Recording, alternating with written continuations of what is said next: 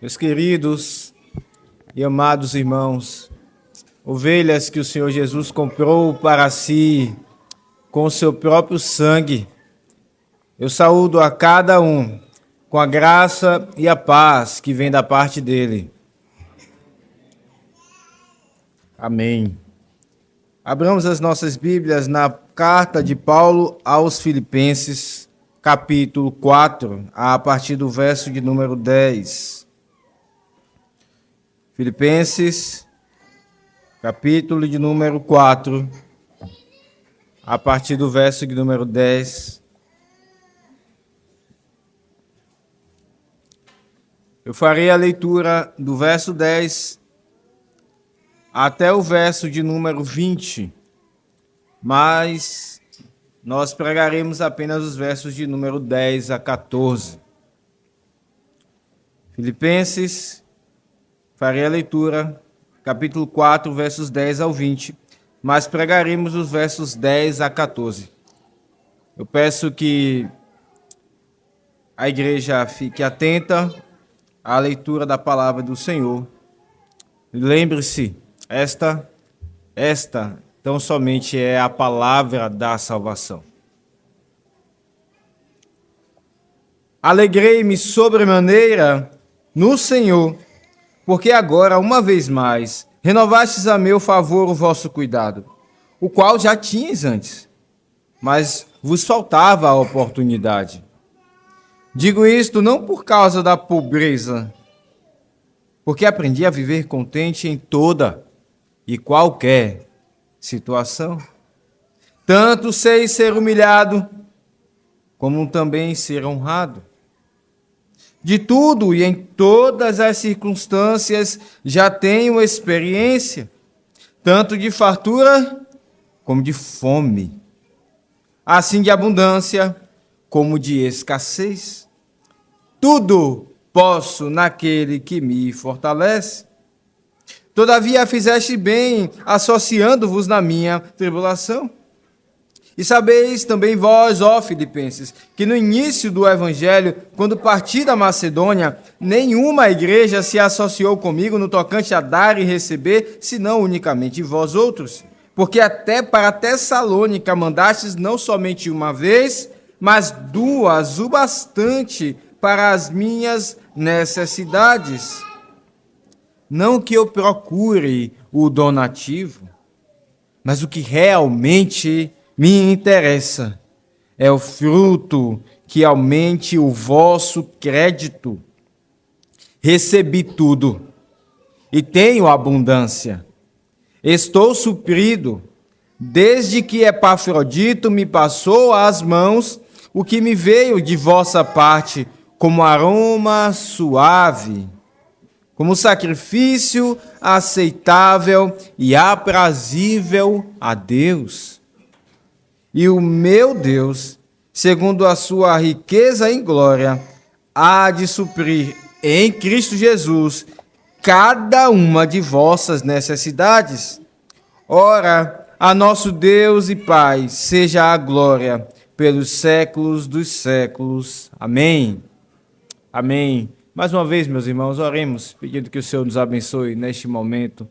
Maravilhoso Deus e Pai.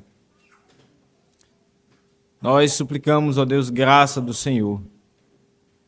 Oramos para que Tu derrames graça sobre aqueles que estão, ó Deus, investidos de autoridade neste país, como nos ordena a Tua palavra, orarmos por aqueles que estão investidos de autoridade.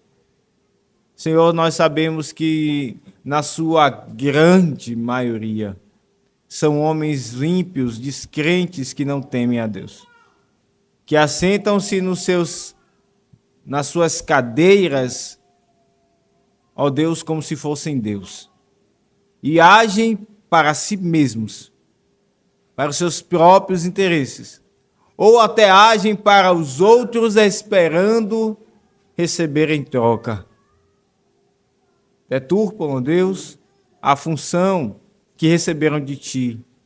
Senhor, nós clamamos que o Senhor atinja a alma dessas pessoas, desde o nosso presidente, o senhor presidente, até os menores cargos nesta cidade.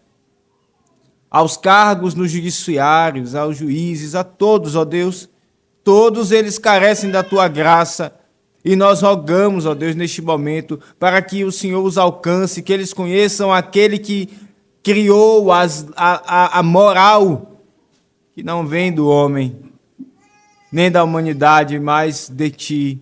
Que o Senhor os alcance, que o Senhor seja gracioso com eles. Mas, ó Deus, se eles não quiserem a Cristo, se eles rejeitarem aquele em quem tu derramaste graça, que o Senhor se vingue deles.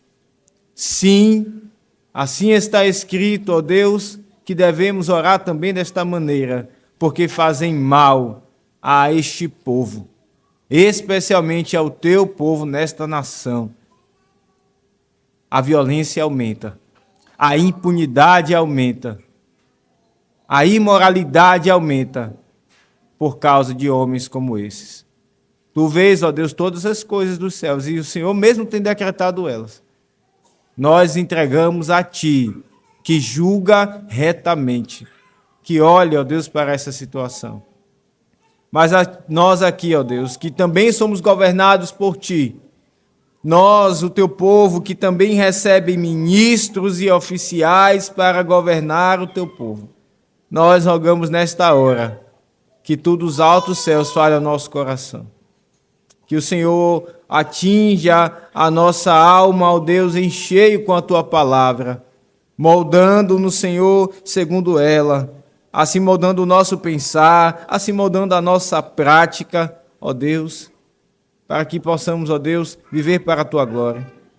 E aqueles que aqui porventura estiverem sem Jesus Cristo, como oramos agora há pouco pela boca do diácono Josias, Tu operes milagre da salvação. Assim nós oramos em nome de Cristo. Amém. Você já viu ou já ouviu falar de alguma religião que tem ali o seu ritual de iniciação, ritual este onde há sacrifícios e muitas outras coisas que essas pessoas que ali participam são proibidas de revelar o que acontece naquele recinto? Símbolos e muitas outras coisas mais. E, além de tudo isso, mensagens onde promete-se saúde, onde promete-se prosperidade. Você já ouviu falar de alguma religião do tipo?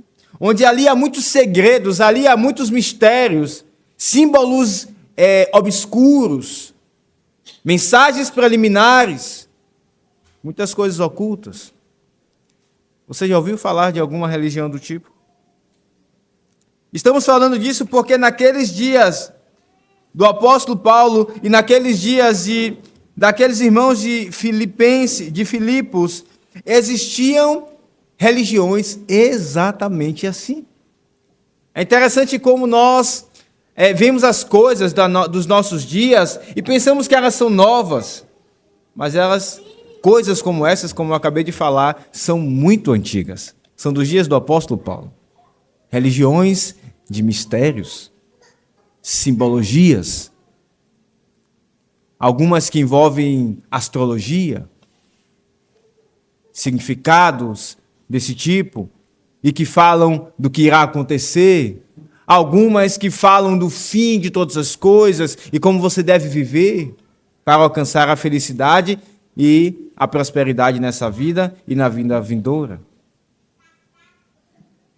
Meus irmãos, nós estamos então diante de um texto onde o apóstolo Paulo fala que ele também foi iniciado numa instituição onde sim há um mistério.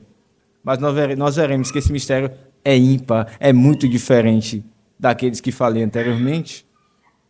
Aqui nós encontramos Paulo falando de um mistério, de um segredo. E ele então revela o segredo do seu contentamento. E este é o tema do nosso sermão. O segredo do contentamento. A frase que pode resumir o ensino desse sermão é assim, poderia bem ser assim: aprenda a viver contente e a aceitar ajuda. Esse é o ensino desse texto. Aprenda a viver contente e a aceitar ajuda. Nós veremos esse texto em dois pontos. O primeiro ponto, aprenda a viver contente, e o segundo, aprenda a aceitar ajuda. Naqueles dias, Paulo vivia, então, diante de religiões, de mistérios assim chamadas, onde era exigido dos participantes silêncio. Você não pode revelar aquilo que acontece naquela sala. Para que aqueles animais estão sendo sacrificados? Porque um sacerdote fica diferente, parece que uma entidade o possui, e ele fala em nome dela. Essas são as chamadas religiões de mistério. Outras são chamadas religiões apocalípticas, que falam do fim. E Paulo aqui nos fala do segredo do contentamento. Então, veremos, em primeiro lugar, acerca de viver contente. O primeiro ponto é: aprenda a viver contente. E o segundo ponto, aprenda a aceitar ajuda. Volte os seus olhos para o verso de número 11, então. Assim está escrito. E aqui aprendemos os versos 11 a 13. Aprenda a viver contente. Digo isto não por causa da pobreza, porque aprendi a viver contente em toda e qualquer situação. Tanto sei estar humilhado, como também sei ser honrado. De tudo e em todas as circunstâncias já tenho experiência, tanto de fartura como de fome, assim de abundância como de escassez. Tudo posso naquele que me fortalece. Nós vemos aqui, então, o mandamento: aprenda a viver contente.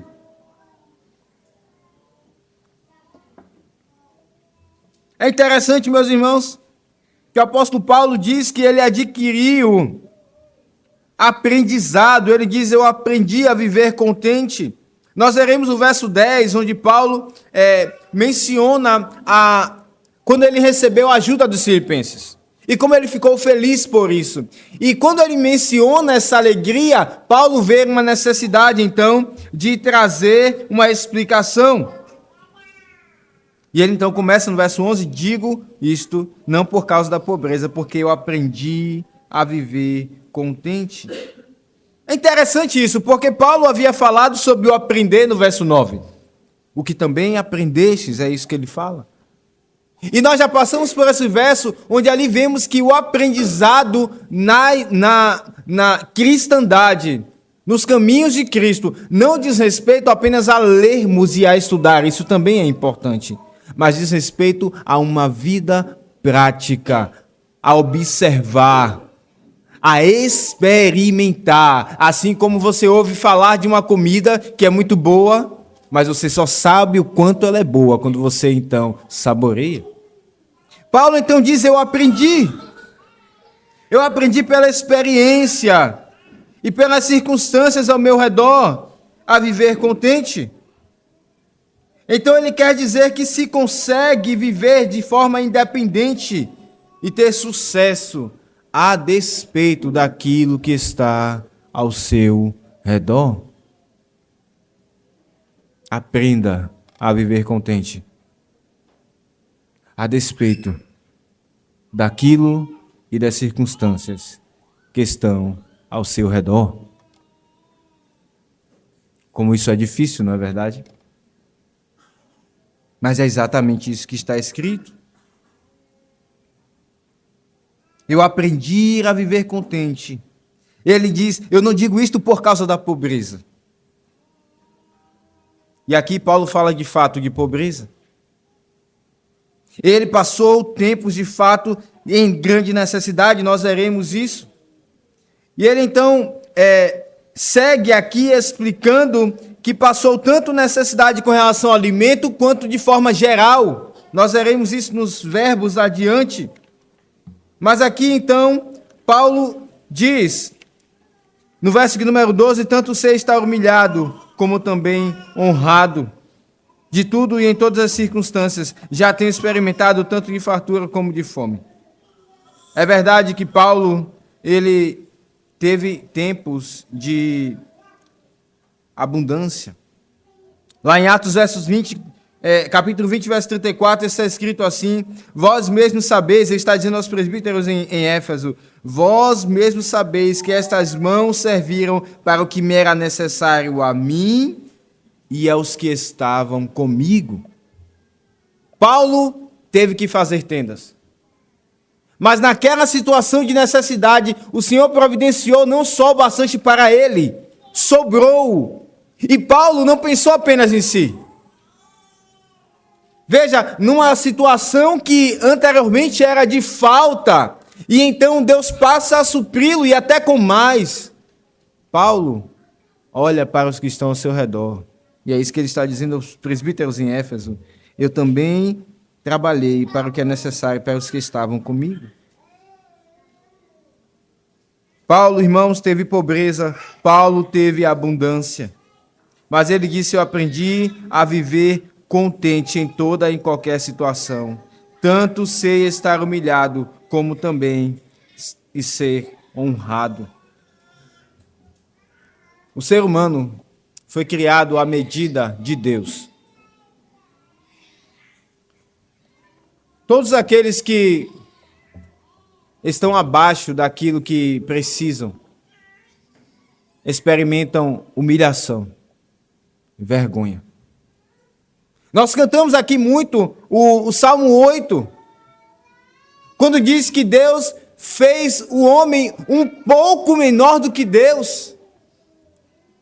Alguém já disse que o homem é como um microcosmos, ou seja, ele é como um mini-mundo.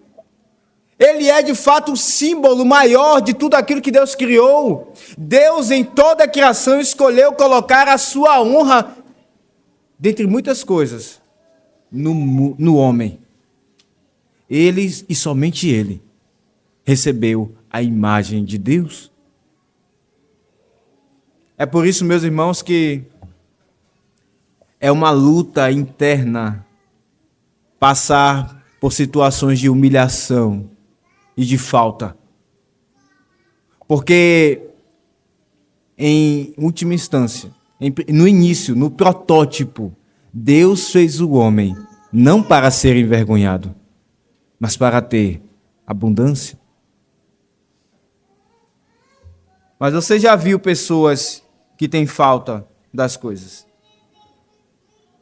Como é duro, como é triste ver alguém à imagem de Deus. Eu me lembro que quando viajei para estudar no curso que faço, há poucos dias antes de eu ter chegado na cidade, lá em São Paulo, muitos da Cracolândia haviam descido para a região ali do centro da cidade, ali da Avenida Ipiranga, onde eu fiquei hospedado. E era terrível. Parecia uma cena de filme. Pessoas como que zumbis. Pareciam que não estavam vivas. Com secreção pelos narizes, cabelos terríveis. Você não conseguia nem se aproximar direito. Não só pela questão da sensação de insegurança, mas pela aparência. Ali está alguém que Deus colocou a sua imagem desta maneira. Pessoas que não tomavam banho há dias. Era só olhar e ver isso. Pessoas morando e dormindo em colchões. Quando dias caía chuva pela cidade, a pessoa dormia no mesmo colchão. E nos dias de frio, aqueles que já foram em São Paulo sabem, como de fato a temperatura cai. Não é 22 graus aqui em Manaus, que as pessoas já estão com frio. É 12, 10 graus, 8 graus. E a pessoa dormindo naquele mesmo colchão molhado durante 3, 4, 5 dias. Isso é humilhante. Isso é terrível. Só o olhar nos envergonha. Mas o que Paulo está dizendo é que eu também sei humilhado. Ele diz, eu também sei ser humilhado. Eu sei passar essa vergonha. Como que viver sendo um sub-homem, abaixo da linha da dignidade humana. O apóstolo Paulo está dizendo, eu sei o que é isso. Eu aprendi a viver e passar por essas situações. Eu sei estar humilhado. E diz ele também, eu sei estar honrado.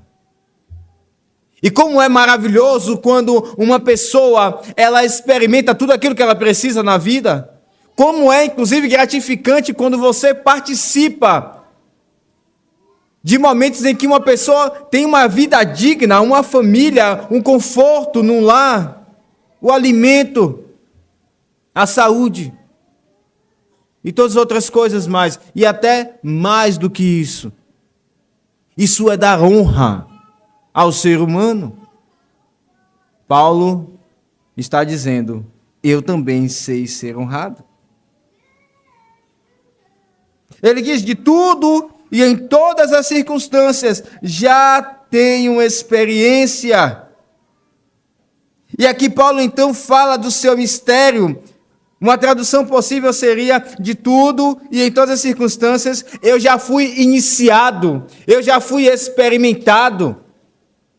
E Paulo aqui, de forma pensada, ele faz um paralelo com aquelas religiões daqueles dias de mistério, onde as pessoas tinham que passar por um ritual de iniciação. E muitos envolviam sacrifícios. E essas religiões falavam do segredo de ter o sucesso na vida. Muitas usavam símbolos que atraíam os olhos, roupas que atraíam os olhos, e não é exatamente isso que vemos nesses dias. Muitas pessoas são atraídas por essas religiões por causa da simbologia, por causa do mistério, então elas vão atrás de uma e outra coisa. Paulo diz, eu aprendi, eu sei o segredo do contentamento. Eu tenho experiência, tanto de fartura como de fome.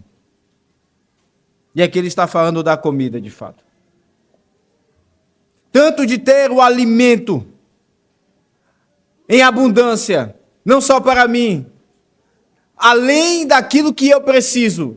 Eu sacio a minha fome e ainda sobra.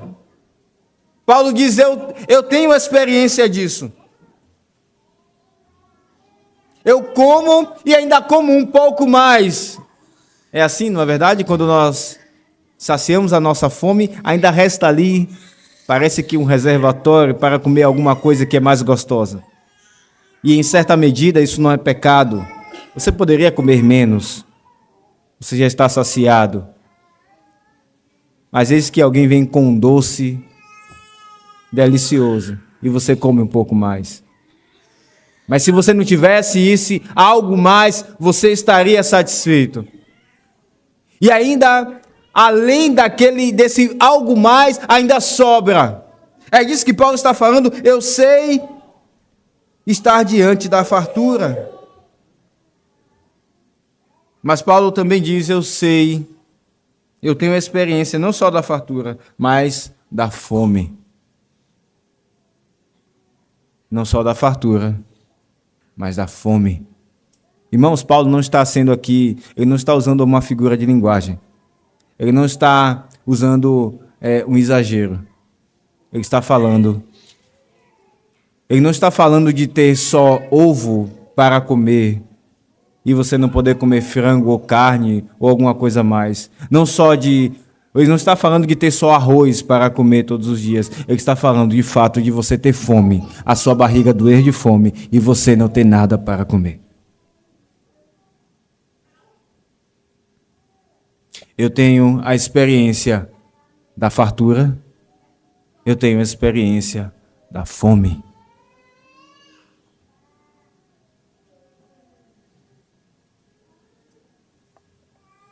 É estranho isso. Deus deixa os seus filhos terem fome? Isso não é algo novo, meus irmãos. Abra sua Bíblia em Deuteronômio capítulo 8.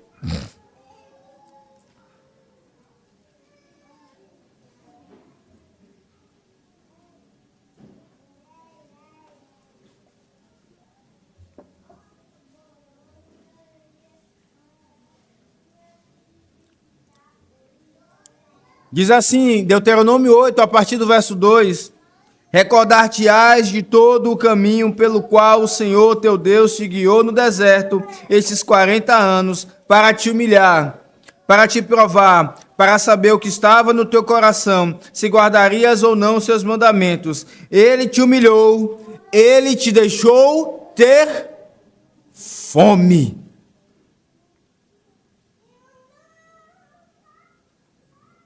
E te sustentou com o maná.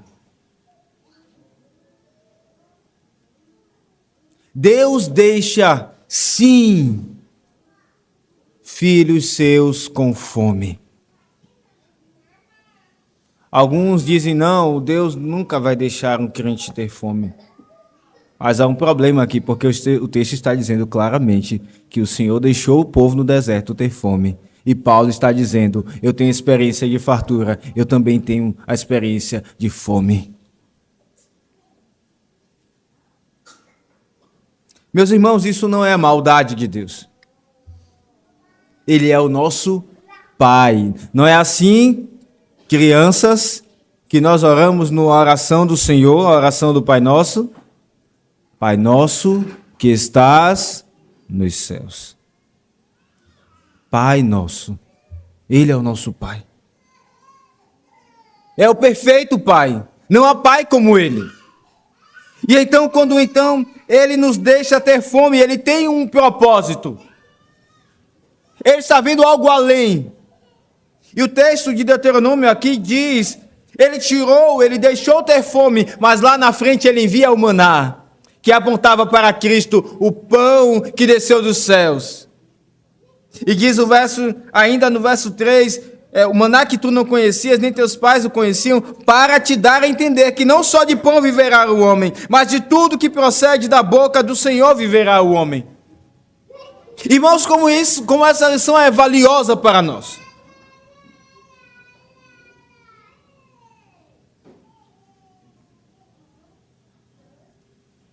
Perceba bem, a nossa existência não depende só do café da manhã, do almoço, do lanche e do jantar. A nossa existência depende de Cristo e da palavra. É isso que a palavra de Deus está dizendo. Deus deixa, por vezes, o seu povo ter fome, para que eles saibam o valor de Cristo Jesus e de como eles precisam de Cristo. Paulo aprendeu isso. Vocês lembram que ele disse, o que Deus disse a Ananias? Quando Paulo se converteu, ele disse, vai Ananias, este é um vaso escolhido. E ele aprenderá o quanto importa sofrer pelo meu nome. Paulo aprendeu isso. E é o próprio Paulo aqui quem está falando. Ele aprendeu o segredo do contentamento. Ele aprendeu a ter a base da sua existência em Cristo. E não no pão que ele comia. Paulo disse então, eu tenho uma experiência assim de fartura. Ter mais do que eu preciso. Mas eu também tenho experiência de fome. Doer a barriga e não ter o que comer, nem farinha. É isso que ele está dizendo. Ele diz então, eu também tenho uma experiência assim de abundância como de escassez. Assim de abundância como de escassez. E Paulo aqui então amplia o leque das suas circunstâncias, por assim dizer. Ele tinha abundância sim, porque nós não apenas precisamos de comida, nós também precisamos de muitas outras coisas. Quando se fala daquilo que é necessário para o ser humano viver, e eu peço que você então abra sua Bíblia lá em 1 de Paulo, primeira epístola a Timóteo, no capítulo 6. Ali está um verso que nos mostra daquilo que é necessário para o homem.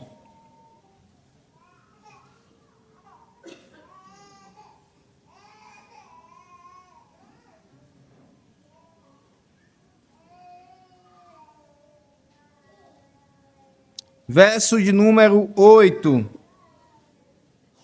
Assim Paulo diz, tendo sustento e com que nos vestir, estejamos contentes. Nós estamos aprendendo esse sermão, o segredo do contentamento.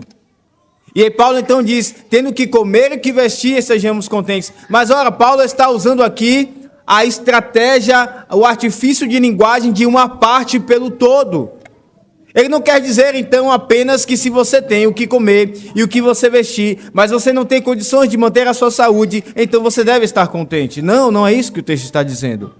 O comer, o sustento e o vestir aqui é uma parte de tudo aquilo que é necessário para o ser humano. A saúde, o alimento, a moradia. E então alguém deve estar contente diante disso. Então, quando Paulo fala da abundância, ele está falando, então, de todas essas outras coisas. Paulo, então, diz, eu sei o que é, eu tenho a experiência de viver e ter todas essas coisas que são necessárias. E ainda ter mais do que eu preciso. Ter conforto e tudo mais. Ele também diz, eu sei o que é ter abundância, eu sei o que é ter escassez. Meus irmãos, o apóstolo Paulo não é o homem desse texto. O apóstolo Paulo não é o homem. Não ore para ele como se ele fosse o perfeito, sem pecado. O homem desse texto é Cristo Jesus. Ele é aquele que soube o que era escassez, porque ele disse, o filho do homem não tem onde repousar a cabeça. Você tem uma casa? Cristo, por um tempo, não tinha. Ele andava e andava e andava, e ele não tinha uma casa fixa. Ele teve fome quando chegou diante da mulher samaritana e sede também. Ele estava cansado. Cristo é o homem desse texto. É dele que Paulo diz, quando ele diz no verso 11, eu aprendi a viver contente. É de Cristo que Paulo aprendeu. Ele é o nosso mestre. É ele quem nos ensina na vida, nas experiências, na prática cristã. Através das Escrituras, então, nós podemos nos relacionar com Ele. Ele aparece a nós pelas letras sagradas e também pela sua providência. E assim Paulo aprendeu todas essas coisas. Cristo, então, é o homem desse texto. Meus irmãos, o que é interessante é que Paulo está dizendo, colocando essas coisas como coisas difíceis. Veja, ele não diz apenas acerca da fome. Ele não fala apenas acerca de não ter as coisas, da escassez. Ele também fala, olhe para a sua Bíblia. Ele disse, eu tenho experiência da fartura, eu tenho experiência da abundância. Isso ensina a mim e a você que nós somos tentados na fome e nós somos tentados também na abundância. Em ambas as situações. Quando temos fome, somos tentados a murmurar, a reclamar. E quando temos a abundância, somos tentados a esquecer do Senhor. Não é assim então que um servo do Senhor diz nas letras sagradas, Senhor, não me deixe ter fome, mas também não me dê tanto. para que eu não me esqueça do Senhor. Paulo está dizendo que há tentação em ambas as coisas. Em ambas as coisas. É verdade, meus irmãos, que então o homem pode pecar quando ele tem abundância. Mas ele também pode pecar quando ele não pensa em si mesmo. Abra sua Bíblia em Eclesiastes, capítulo 4, verso 7. Eclesiastes, capítulo 4, verso 7.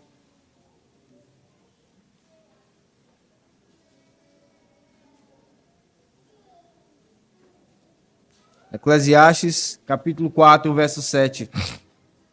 Assim está escrito: então considerei outra vaidade debaixo do sol.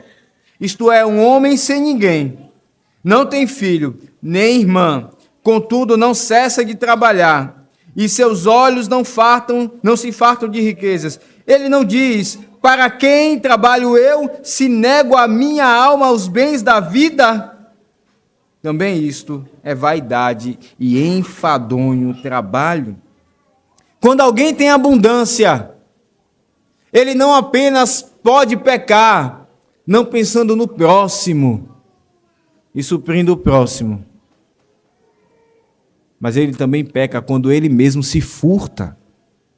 Quando aprendemos o 8º mandamento, um dos pecados contra o 8º mandamento é furtar a si mesmo. Sim, isso é possível. Quando alguém tem condições e não supre as suas próprias necessidades ou da sua família, ele está então furtando a si ou a sua casa. Paulo diz então: eu tenho experiência de fartura, de fome, de abundância e de escassez. Tudo posso naquele que me fortalece. E como esse texto no verso 13 é mal usado? Geralmente as pessoas conhecem Filipenses 4,13. Tudo posso naquele que me fortalece. Mas elas não conhecem o verso 12. Eu tenho experiência de fartura. Eu tenho experiência de fome. Será que as pessoas que usam esse versículo estão conscientes daquilo que está escrito no verso 12? A grande maioria não. Não, esse não é um texto como vemos nos nossos dias para ser usado para que então você corra atrás de dinheiro e você tenha uma vida confortável a qualquer custo. E que nela então você coloque o coração. Deus não promete riqueza para os seus servos. Deus não e nunca prometeu riqueza para os seus servos. Ele promete nos sustentar naquilo que nós precisamos. Sim. E Ele, via de regra, nos dá mais do que nós precisamos. Isso também é verdade. Tudo posso naquele que me fortalece. O que Paulo está dizendo aqui, então, é que ele pode passar a fome. Ele aprendeu, ele tem experiência disso. Ah, meus irmãos, como esse texto confronta a mim e a você. Podemos dizer justamente com Paulo, nas experiências que temos de vida, eu posso passar por essas coisas e não pecarei ao Senhor, contra o Senhor. Eu posso passar pela luta que tenho passado. Nós ensinamos. É interessante como os nossos filhos revelam os nossos pecados. É só o mês todo ter só frango em casa que eles reclamam. Mas eles não estão fazendo exatamente igual a nós. Quando Deus, pela sua providência, nos coloca na mesma situação por um tempo, nós então reclamamos, nós murmuramos. E não foi exatamente esse o pecado que desagradou o Senhor no povo de Deus no deserto? Quando eles murmuravam, quando tiveram fome. Poucos dias depois que Deus abriu o mar, e Ele fez aquele glorioso milagre salvando seu povo do Egito, que figurava a salvação dos pecados de Satanás. Poucos dias, o povo viu aquilo. Eles já estavam murmurando, dizendo: era melhor no Egito. Era muito melhor no Egito, Moisés. E como isso ofendeu o Senhor. Eles reclamaram de sede. Eles não pensaram: se Deus nos salvou do Egito, Ele tem poder para nos sustentar nesse deserto. Eles não pensaram isso. Mas eles não pensaram aquilo que também nós não pensamos. Ah, meus irmãos, como muitas vezes nós não podemos dizer aquilo que Paulo está dizendo aqui: tudo posso naquele que me fortalece. Como nós desagradamos ao Senhor, murmurando. Nas várias situações, não só de comida, mas naquilo onde nós moramos. Não olhamos para a bênção que Deus está nos dando em morar num local, em ter um abrigo. Nem todo ser humano tem uma casa, mas nós reclamamos da casa. Reclamamos que alguma coisa não está boa. Eu não estou falando de buscar um conforto para a família, eu estou falando de descontentamento. Neste sermão onde aprendemos o segredo do contentamento. Reclamamos da casa, não estamos confortáveis na casa. Temos um carro, mas reclamamos do carro. Temos roupa, mas dizemos: não tenho roupa. Não tenho roupa nenhuma para vestir. Não sabemos, irmãos, o que é não ter roupa para vestir. Não sabemos. Como nós, muitas vezes, não podemos fazer coro com o apóstolo Paulo, dizendo: tudo posso naquele que me fortalece. E os nossos filhos estão ouvindo aquilo que nós murmuramos contra Deus, e eles farão exatamente da mesma maneira. Exatamente. Mas graças a Deus que o que Paulo diz não é: tudo posso porque eu sou bom, tudo posso porque eu consigo pelo meu braço. Ele diz: tudo posso naquele que me fortalece. Quem fortalece o apóstolo Paulo? É Cristo. E uma tradução melhor aqui seria: tudo posso naquele que está me fortalecendo. E é interessante, meus irmãos, porque Paulo está aqui escrevendo de uma prisão. Paulo está preso pelo Império Romano, exatamente quando ele escreve: tudo posso naquele que me fortalece. Ou que me está fortalecendo, ou que tem me fortalecido.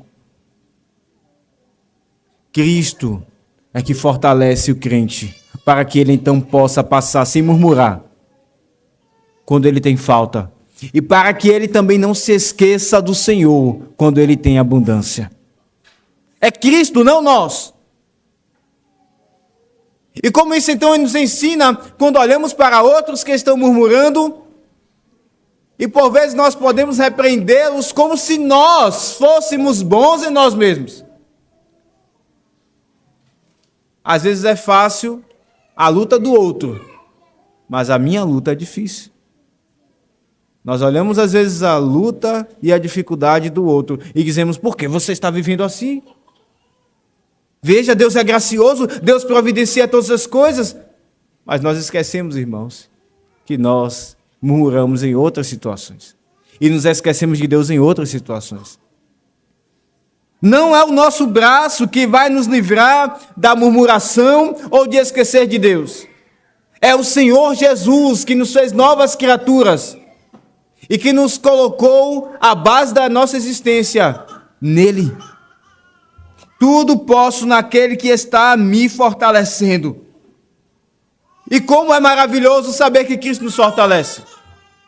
Porque agora nós estamos ouvindo a sua palavra e tudo faz sentido para nós. Mas na hora da fome ou na hora da falta, Ah, como é difícil. Quando você precisa de algo, e de fato é uma necessidade, mas Deus não está te dando. Eis aí a provação. Como nós precisamos de força para esfriar a nossa cabeça, sentarmos e dizer: Senhor, o que eu estou pensando em fazer? Eu tenho experimentado andar com o Senhor. Eu sei como o Senhor tem andado comigo e tem me sustentado a vida. Por que eu então irei murmurar? A Bíblia diz que Deus faz o dia bom e Ele também faz o dia mau. Se nós recebemos da mão dele o que é bom, recebamos também aquilo que é mau. Como precisamos de forças, irmãos. E a Bíblia está dizendo a mim e a você que Cristo está disposto a nos dar força, se nós o buscamos. Talvez você esteja passando por situação de escassez exatamente nesse momento. E poucas pessoas sabem. Cristo te fortalece. Ele é a nossa força. Mas como Ele também é a nossa força quando somos tentados a esquecer dEle. Quando vemos todas as coisas boas, o conforto. É tão bom estar numa cama confortável, num ar-condicionado e ter coisas em casa. Mas como isso é uma tentação, uma provação para mim e para você, não virmos ao culto pela manhã, no conforto que Deus nos dá. Não para que esqueçamos dele, mas para que estejamos aqui para cultuá-lo. Ele nos fortalece para que não esqueçamos dele. Tudo posso naquele que está me fortalecendo. É por causa então da mente de Cristo, das obras de Cristo e do poder de Cristo que Cristo opera em Paulo, que ele diz: eu posso passar por essas coisas, eu tenho experiência desses momentos, de não ter inclusive o básico e de passar por momentos que tem sobra, porque Cristo está com ele. Aqui nós vemos então a Bíblia ensinando a mim e a você. O primeiro ponto: aprenda a viver contente. Mas em último e segundo lugar, nós aprendemos aqui também a receber ajuda. Veja, versos 10 e 14. Assim está escrito: alegrei-me sobremaneira no Senhor, porque agora, uma vez mais, renovastes a meu favor o vosso cuidado, o qual também já tinhas antes, mas vos faltava oportunidade. E no verso 14, Paulo diz: todavia fizestes bem, associando-vos na minha tribulação. É interessante esse texto. Porque Paulo nos ensina não apenas a viver contente, mas a receber ajuda quando nós precisamos. Eu me alegrei, diz Paulo, sobremaneira no Senhor. E Paulo já havia falado da ansiedade, no verso de número 6. E talvez as pessoas, ao ouvir essas palavras, pensassem: agora Paulo achou uma brecha para estar ansioso. Ele se alegrou sobremaneira, porque ele achou um espaço, sendo ele um apóstolo, para estar ansioso. E Paulo diz: não é assim. É por isso que Paulo vê a necessidade de se explicar aqui. Paulo disse de fato: não andeis ansiosos de coisa alguma. E inclusive ele está incluído nisso.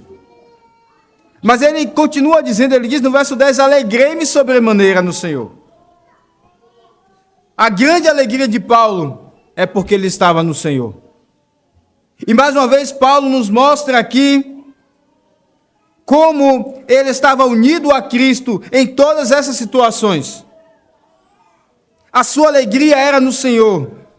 A sua caminhada era no Senhor. Era no Senhor que ele avançava para o prêmio da soberana vocação em Cristo Jesus. E a sua alegria estava no Senhor. E uma vez mais, então, Paulo diz: vocês renovaram o cuidado para comigo, a meu favor. Paulo diz: eu me alegrei porque vocês renovaram o sentimento de unidade, o pensar. Lembram que já passamos pelo capítulo 2, e no verso de número 5 está escrito: tende em vós o mesmo sentimento, ou pensamento, ou atitude. E Paulo já falou acerca da unidade, da comunhão que nós devemos ter uns com os outros. E então agora ele está sendo alvo desse cuidado, desse sentimento, quando ele diz: vocês renovaram a meu favor o cuidado, o sentimento, a atitude de comunhão, de misericórdia e de unidade. E Paulo vê a necessidade então de se explicar, porque ele diz no verso 10, o qual já tinhas antes, mas vos faltava oportunidade. Paulo está preocupado com a forma com a qual aqueles irmãos irão receber essas palavras. Quando ele diz então, alegrei-me sobremaneira, ele está preocupado que aqueles irmãos não entendam que ele não reconhecia o cuidado e o amor nas vezes anteriores. E como a Escritura nos ensina, irmãos, o cuidado de falar uns com os outros, é isso que Paulo está dizendo aqui. E ele diz então, o qual também já tinhas antes, mas vos faltava a oportunidade. E de fato faltava, por causa da comunicação das estradas e de toda a situação, inclusive financeira, que aqueles irmãos viviam. E agora Paulo diz, eu me alegrei quando vocês então chegam, como chegou Epafrodito com essas ofertas. E no verso 14 ele diz, todavia me fizestes bem, associando-vos na minha tribulação. Que texto maravilhoso, irmãos. Paulo está dizendo, vocês tiveram comunhão juntamente comigo. É um exagero de termos. Porque só o fato de ter comunhão já pressupõe que alguém está junto. Mas Paulo está exagerando nas palavras, porque ele está expressando a forma como ele recebeu aquela ajuda. Paulo se sentiu abraçado juntamente por aqueles irmãos. Era como se aqueles irmãos estivessem ao lado de Paulo. Na fome em que ele estava passando. E eles então, tendo o feeling, tendo a percepção necessária, levaram ajuda. Paulo recebe ajuda. Paulo tinha contentamento no Senhor. Ele diz, se é para ter fome, ok, eu sei o que é isso. Eu estou contente no Senhor. Se é para ter fartura, eu também sei o que é. Eu me submeto a isso. Mas Paulo precisava. E quando ele então tem fome e a ajuda chega, ele não nega, ele não diz, não, eu estou contente no Senhor, não, está tudo bem, não precisa. Ele diz, eu me alegrei sobremaneira. Vocês, diz no verso 14, vocês fizeram bem. Graças a Deus que vocês enviaram essa ajuda. Muito obrigado. É isso que Paulo está nos ensinando. Meus irmãos, como esse texto nos ensina o segredo do contentamento. E diferente daquelas religiões de mistério. O Evangelho, sim, ele tem mistério. Ele tem mistério e segredos para aqueles que não conhecem a Cristo. Eles conseguem ver coisas obscuras. Mas para aquele que está em Cristo, não há mistério. A iniciação na igreja não é oculta, não é em salas reservadas para que as pessoas não vejam, é a público. Alguém vem aqui na frente e em público diz, eu tenho a Cristo como meu Senhor, eu quero fazer parte da igreja. A igreja não tem o que esconder, ela não precisa esconder. Esse é o cristianismo. Aqui nós aprendemos a viver contente e a receber ajuda, mas eu quero encerrar com algumas aplicações. Em primeiro lugar, onde está o seu contentamento? Nós lemos na liturgia em Lucas 12. A vida de alguém não consiste em ter bens.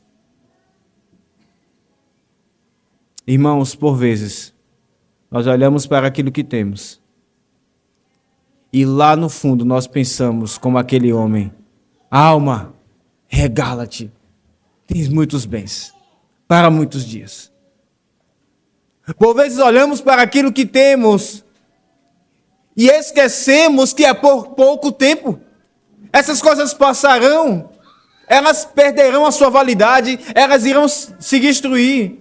E logo Cristo voltará e consumará o seu reino, ou ele nos tomará para ele. Em que consiste a sua vida? Em que consiste a sua vida? Onde está o seu contentamento? Se Cristo tirar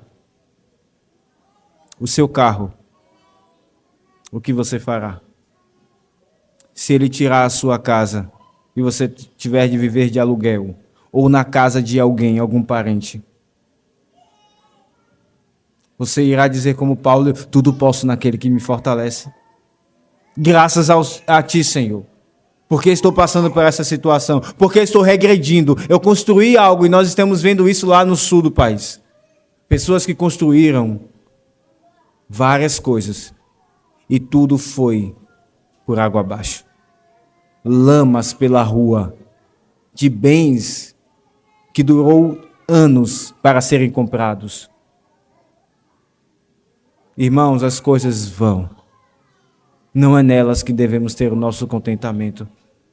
O que você fará se Cristo tirar o teu plano de saúde? Se Ele, então, providenciar que você tenha que depender do sistema único de saúde, você então dirá: tudo posso naquele que me fortalece. Talvez você diga: não, pastor, eu já dependo do SUS, então não tem dificuldade. Mas é interessante, é curioso como pessoas que têm poucas coisas fazem daquilo o seu Deus. Você já tentou ajudar alguém que tem poucos bens e essa pessoa não recebe ajuda? Ela é orgulhosa. Aquilo pouco que ela tem é a riqueza dela. A pobreza dela é a riqueza dela. Onde está o seu contentamento? A Escritura está chamando a mim e a você, meus irmãos, a nos contentarmos na providência maravilhosa do nosso Deus. A nos contentarmos, sim, na abundância, e não nos esquecermos dele, mas também nos contentarmos quando ele nos tirar as coisas. Isso não significa que não devamos buscar conforto e coisas melhores para as nossas vidas, inclusive para os nossos filhos. Isso não significa, então, que se você perder essas coisas, você, então, vai ficar de braços cruzados, acomodado à mercê dos outros, sendo sustentado por outros. Como, inclusive, homens, cabeças do lar, temos a responsabilidade de prover para os nossos filhos. A Bíblia diz que a esposa vem do Senhor, mas a herança vem dos pais.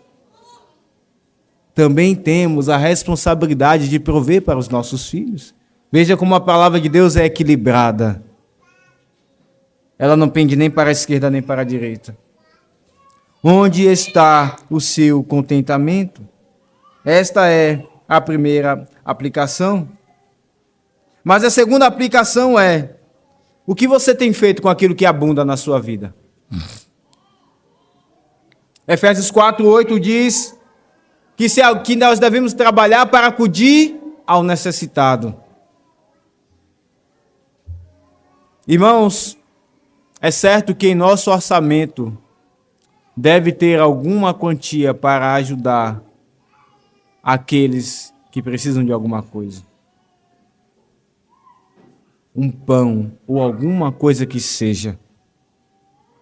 Isso mostra como é um sinal que diz: Senhor, tu tens me sustentado e eu então ajudo aqueles que precisam.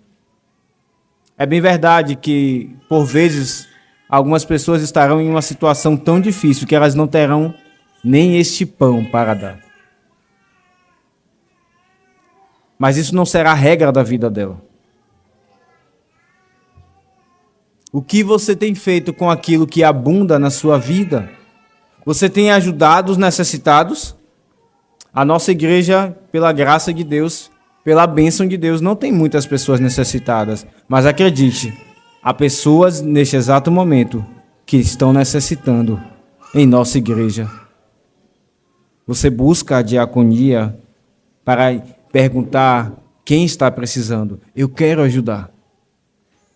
Ou você oferta diretamente para a pessoa, enfim, o meio não importa tanto. O fato é que nós devemos dar aquilo que nos abunda. Você tem recebido mais do que você precisa para viver? Então Deus está dizendo para você, dê para aqueles que precisam. Mas como vimos também em Eclesiastes, é um pecado, irmãos, quando nós furtamos a nós mesmos. E como há pessoas que poderiam ter um plano de saúde, poderiam ter um carro, poderiam ter uma casa melhor, mas essas pessoas estão juntando dinheiro na sua conta. E elas padecem, mas elas têm dinheiro. Elas estão pecando contra Deus e contra si mesmas. E se esse é o seu caso, a Bíblia está te chamando ao arrependimento. Como a Escritura nos ensina a viver contente, porque Cristo está conosco. É nele que podemos todas as coisas. É nele que nos alegramos. Nos alegramos nas ajudas. E em último lugar, aqui está a terceira aplicação. Quando você necessita e alguém te oferece ajuda, qual é a sua reação? Você diz, não, está tudo bem? Ou você faz como o apóstolo Paulo, eu me alegrei sobremaneira. Muito obrigado. Irmãos, nós precisamos de ajuda. Todos precisamos em algum grau. E quando Deus envia ajuda, nós não podemos recusar aquilo que Ele traz na sua própria mão, através de pessoas. Por vezes recusamos ajuda e padecemos. E às vezes então dizendo, Senhor, como está difícil. É aquela velha história daquele homem que estava se afogando. E ele diz, eu quero que Deus me salve. Deus enviou uma madeira, Deus enviou um salva-vidas, Deus enviou várias coisas. E ele diz, eu quero que Deus me salve.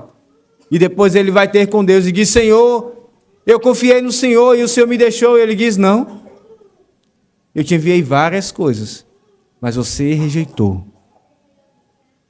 Que aprendamos não só a estar contentes, mas a aceitar ajuda quando precisamos. Que o Senhor nos abençoe, irmãos.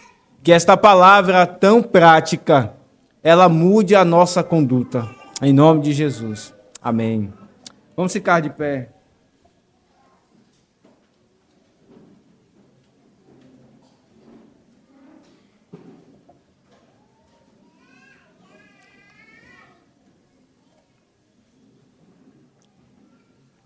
Vamos orar ao Senhor. Bondoso Deus e Pai, obrigado pela Tua palavra. Ó Senhor, de fato, ela é pão para nós. Ó Deus, obrigado porque ela vem exatamente na hora em que temos fome de Ti. O Senhor nos alimenta. Muito obrigado, Senhor, porque ela é como aquele mel que Jonatas tomou. E ele então, diz o texto, a vida lhe tomou o corpo, lhe voltou para o corpo, ele então foi reanimado, ele ficou corado, ele viu melhor. A Tua palavra é para nós assim, Senhor, que vem em boa hora. Muito obrigado, que nós tenhamos o nosso contentamento em Ti. E se há alguém aqui, porventura, que não tem a Cristo, que tem colocado o seu coração em tantas coisas nesta vida, e tem corrido, e está correndo em vão. Senhor, que o Senhor chame para ti. Que o Senhor chame para os teus caminhos. Que o Senhor faça filho teu, dependendo do Senhor, das tuas providências, e aprenda então a viver contente e receber ajuda quando necessitar. Que o Senhor assim nos abençoe, Pai, em nome de Jesus. Amém.